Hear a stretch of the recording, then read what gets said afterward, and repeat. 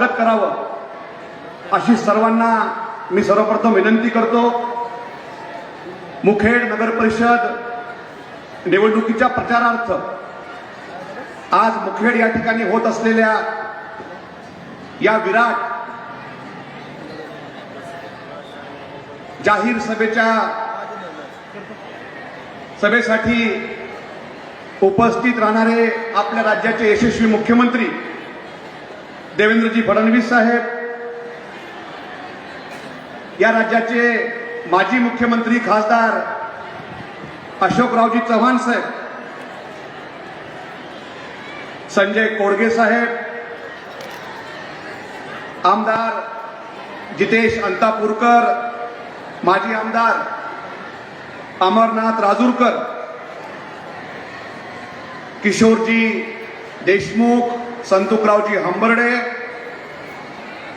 पूनमताई पवार, माजी नगराध्यक्ष गंगाधर राठोड, या निवडणुकीतील नगराध्यक्ष पदाच्या भारतीय जनता पार्टीच्या अधिकृत उमेदवार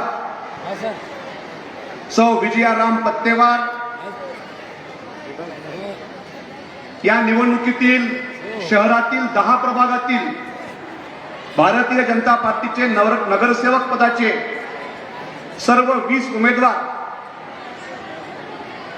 भारतीय जनता पार्टीचे सर्व सन्माननीय पदाधिकारी, नेतेगण, सर्व सन्माननीय व्यासपीठ आणि मुखेड शहरातून या ठिकाणी उपस्थित झालेले सर्व आमच्या माता भगिनी, उपस्थित मतदार बंधू आणि भगिनींनो, येत्या 20 तारखेला मुखेड नगरपालिकेची निवडणूक होणार आहे आणि या निवडणुकीमध्ये आपण सर्वांनी भारतीय जनता पार्टीच्या सर्व उमेदवारांना आपला आशीर्वाद द्यावा, आपलं समर्थन द्यावं। या निवडणुकीमध्ये आमच्या सर्व उमेदवारांना आपण विजयी करावं अशी विनंती करायला महाराष्ट्राचे मुख्यमंत्री देवेंद्र फडणवीस साहेब आपल्यामध्ये थोड्याच वेळात या ठिकाणी उपस्थित होणार आहेत। मी आपल्या सर्वांच्या वतीनं सर्वप्रथम माननीय मुख्यमंत्री महोदयांचं मुखेड नगरीमध्ये स्वागत करतो। मुखेड शहरामध्ये मागच्या काळामध्ये जेवढी विकास कामं झाली ती सगळीच्या सगळी विकास कामं ही भारतीय जनता पार्टीच्या सरकारच्या माध्यमातून झाली। 9 वर्षापूर्वी नगरपालिकेच्या निवडणुका झाल्या आणि या निवडणुकीमध्ये भारतीय जनता पार्टीच्या नगरसेवकांचं बहुमत सभागृहामध्ये आलं, परंतु अल्पमताने नगराध्यक्ष पदाच्या उमेदवाराचा पराभव झाला आणि यामुळं सभागृहामध्ये केवळ राजकारण झालं, परंतु या शहराचा विकास होऊ शकला नाही। 5 वर्ष विकासाच्या बाबतीमध्ये हे शहर पाठीमागं गेलं। जेव्हा राज्यामध्ये सत्तांतर झालं आणि नगरपालिकेचा कालावधी संपला आणि सरकारनं या नगरपालिकेवर प्रशासक बसवला, त्यानंतर या शहरामध्ये रस्त्यांची कामं असतील, नाल्यांची कामं असतील, शहरामध्ये लागलेले विजेचे खांब असतील, 60 कोटी रुपयाचा निधी 2022 नंतर माझ्या माध्यमातून मी मंजूर केला आणि या शहराचा पूर्ण अनुशेष भरून काढण्याचा मी प्रयत्न केला। आपल्या शहराची लोकसंख्या वाढलेली आहे। ज्या वेळेस या शहराची पाणी पुरवठा योजना झाली होती त्यावेळेस शहराची लोकसंख्या फक्त 15,000 होती। वाढीव वस्तीमध्ये नागरिकांना पाणी मिळालं पाहिजे, यासाठी महाराष्ट्र सरकारच्या वतीनं 63 कोटी रुपयांची वेगळी एक योजना या गावासाठी आपण मंजूर केली. या योजनेचं काम आम्ही सुरू केलेलं आहे. पुढच्या 3-4 महिन्यामध्ये ही योजना पूर्ण क्षमतेनं कार्यान्वित होईल आणि शहरातील सर्व भागामध्ये सर्व नागरिकांना शुद्ध पाणी पुरवठा होणार आहे.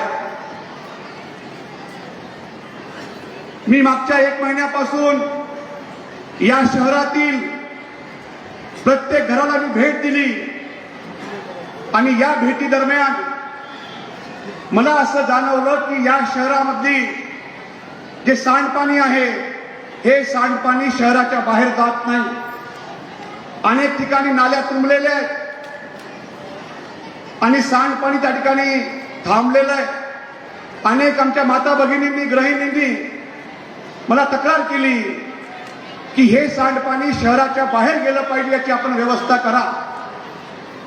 आणि मी त्यांना सांगितलं की निवडणूक सुरू होण्यापूर्वीच याची व्यवस्था आम्ही केलेली आहे. आता या नाल्यांच्या माध्यमातून हे पाणी बाहेर जाऊ शकत नाही. आता हे शहर मोठं झालेलं आहे. या शहराला जोपर्यंत भूमिगत गटार योजना मंजूर होणार नाही तोपर्यंत शहरातली ही घाण बाहेर जाणार नाही. आणि 108 कोटी रुपयाचा भूमिगत गटार योजनेचा प्रस्ताव निवडणुकीच्या पूर्वी आम्ही शासनाकडे पाठवलेला आहे.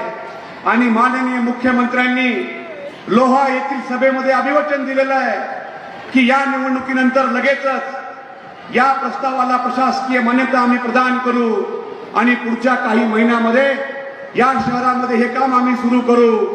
हे सगळं सांडपाणी आता बंद नलिकेतून पाईपच्या माध्यमातून शहरातून बाहेर जाईल आणि शहराच्या बाहेर गेल्यानंतर ही घाण आम्ही शहराबाहेर अशीच टाकणार नाही, तर त्या ठिकाणी आम्ही सिवेज ट्रीटमेंट प्लांट उभे करू, एसटीपी त्या ठिकाणी उभं करू, या पाण्यावरती आम्ही प्रक्रिया करू आणि हे पाणी आम्ही शेतकऱ्यांना वापरायला देऊ.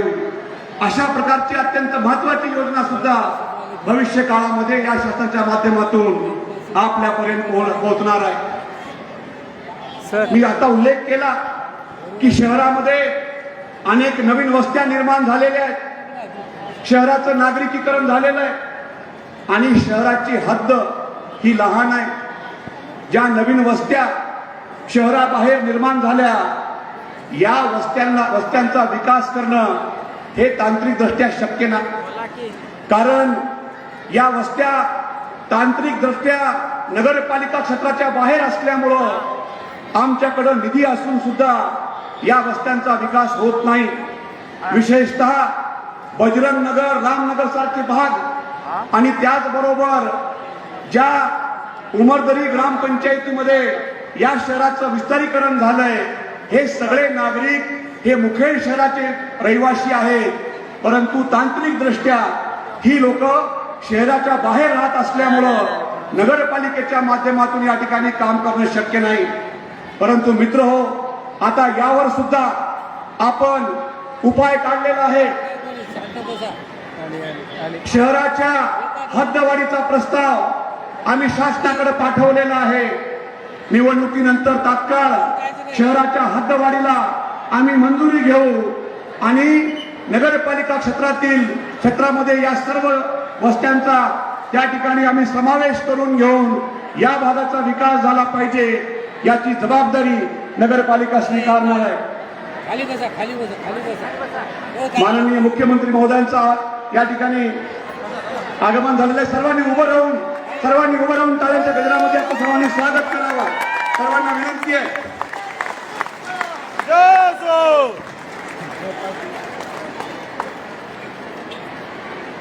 माननीय मुख्यमंत्री महोदयांना विनंती करतो की त्यांनी रयतेचे राजे, जनता राजा, कुळवाडी भूषण छत्रपती शिवाजी महाराजांच्या प्रतिमेला अर्धाकृती पुतळ्याला या ठिकाणी पुष्पहार अर्पण करावा. सन्माननीय मुख्यमंत्री महोदयांचं मुखेड नगरीमध्ये मनस्वी हार्दिक हार्दिक स्वागत.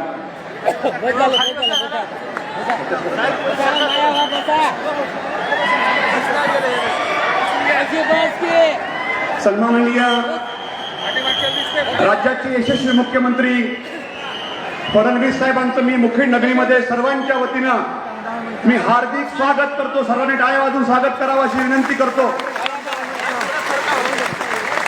मुख्यमंत्री महोदयांना माझी विनंती आहे की शहराचा 108 कोटी रुपयाचा भूमिगत गटार योजनेचा प्रस्ताव प्रलंबित आहे, याला आपण मंजुरी द्यावी. शहराच्या MIDCचा प्रस्ताव उद्योग विभागाकडे प्रलंबित आहे, आपण यालाही मंजुरी द्यावी व आमच्या तालुक्यातील स्थलांतर आपण थांबवावं अशी साहेबांना मी विनंती करतो. शहराच्या हद्दवाढीचा प्रस्ताव सुद्धा शासनाकडे प्रलंबित आहे, आपण यालाही मंजुरी द्यावी. शहरामध्ये दवाखान्यांची संख्या कमी आहे, त्यामुळं शहरामध्ये 200 खाटांचं एक स्त्री रुग्णालय आपण मंजूर करावं. नगरपालिकेकडं या दवाखान्यासाठी जागा उपलब्ध आहे, आपण याला मंजुरी द्यावी अशी आपल्याला विनंती करतो. थोडं थांबा ना साहेब. बोधन मुखेड लातूर रोड या रेल्वे मार्गाच्या सर्वेक्षणाला केंद्र शासनानं मंजुरी दिलेली आहे. आपण महाराष्ट्र शासनाच्या पथदर्शी प्रकल्पामध्ये या मार्गाला आपण समाविष्ट करून याचा जर मॅचिंग ग्रँट आपण दिला तर हा रेल्वे मार्ग लवकर होऊ शकतो आणि सीमावर्ती भागातल्या या तालुक्याच्या विकासाला या ठिकाणी चालना मिळू शकते. आपण त्याला आपल्या पायलट प्रोजेक्टमध्ये आपण त्याला इन्क्लूड करावं अशी विनंती करतो. कृषी उत्पन्न बाजार समिती मुखेडचं विस्तारीकरण करणं गरजेचं आहे. शहराच्या लगत बीज गुणन केंद्र कृषी विभागाची जागा उपलब्ध आहे, यापैकी 10 हेक्टर जागा आमच्या मार्केट कमिटीला आपण द्यावी अशी आपल्याला या निमित्तानं विनंती करतो. लेंडी आंतरराज्यीय प्रकल्प आपल्या आशीर्वादामुळेच मार्गी लागला, परंतु सानुग्रह अनुदानाचे काही पैसे अजून शेतकऱ्यांचे द्यायचे बाकी आहेत. त्यासाठी लेंडी धरणाला भरीव तरतूद करावी व याच्या प्रश्नाला अनुषंगानं आपण एक बैठकीचं आयोजन करून हे सर्व प्रश्न आपण मार्गी लावावेत अशी आपल्याला विनंती करतो. नगरपालिका निवडणुकीमध्ये एक नगरसेवक आमच्या बिनविरोध जिंकलेले आहेत. आता आमच्या नगराध्यक्षपदाच्या उमेदवार सौ विजयाराम पत्तेवार व नगरसेवक पदाचे 19 उमेदवार येत्या 20 तारखेला मुखेडच्या जनतेच्या आशीर्वादानं बहुमतानं जिंकतील असा विश्वास आपल्याला या ठिकाणी देतो. आणि आपण मुखेडमध्ये आला त्याबद्दल पुन्हा एकदा आपलं स्वागत करतो आणि थांबतो. जय हिंद, जय महाराष्ट्र.